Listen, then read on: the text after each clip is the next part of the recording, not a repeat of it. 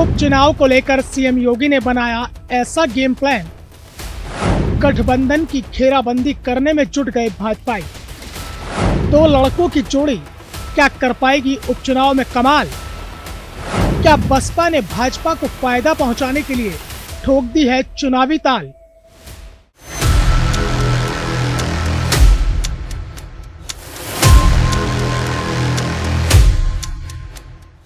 उत्तर प्रदेश की 10 विधानसभा सीटों पर उपचुनाव होना है, लिहाजा सत्ताधारी भारतीय जनता पार्टी के अलावा सपा, बसपा और कांग्रेस ने भी उपचुनावों की तैयारियों को लेकर संगठन को और ज्यादा मथना शुरू कर दिया है। जबकि नगीना लोकसभा से चुनाव जीतने वाले चंद्रशेखर रावण भी ताल ठोकने को बेकरार है। हालांकि AIMIM की खामोशी बरकरार है।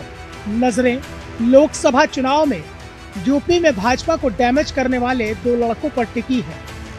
माना जा रहा है कि यूपी की 10 सीटों में से कांग्रेस 4 सीटों पर अपना दावा ठोक सकती है, क्योंकि उसने लोकसभा के नतीजों के बाद से ही इन सीटों पर तैयारियां करना शुरू कर दिया था।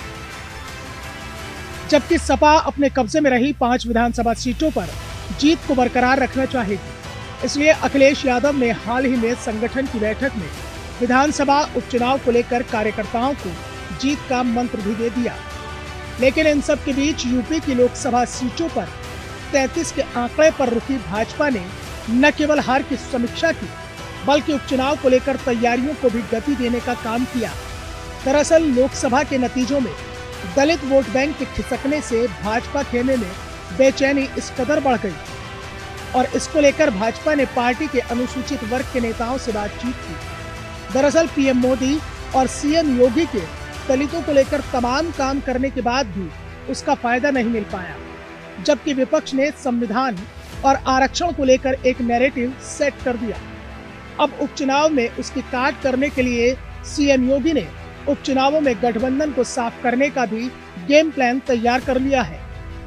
दरअसल समीक्षा बैठक के दौरान राष्ट्रीय संगठन मंत्री BL संतोष ने पार्टी नेताओं और कार्यकर्ताओं से दलित वोटर्स के मिजाज को भांपने के लिए कई बिंदुओं पर चर्चा की, जबकि यूपी के सीएम योगी आदित्यनाथ ने ऐसा गेम प्लान तैयार किया है कि गठबंधन के संविधान और आरक्षण के नैरेटिव के नेटवर्क को तोड़ा जा सके।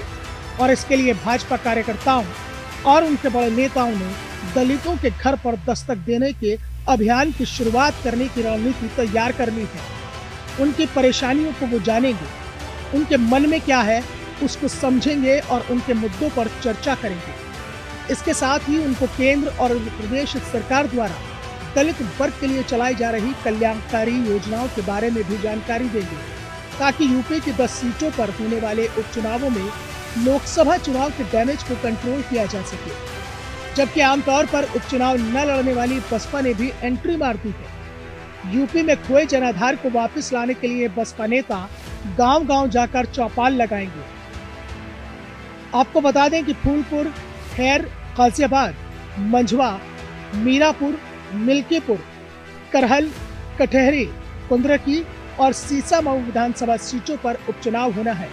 जबकि आंकड़ों के नजरिए से इनमें से 5 पर समाजवादी पार्टी, 3 पर भारतीय जनता पार्टी और एक सीट पर रालोद और निषाद पार्टी के उम्मीदवार जीते थे। बाकी तमाम देश और दुनिया की खबरों को जानने के लिए आप बने रहें न्यूज़ 1 इंडिया के साथ।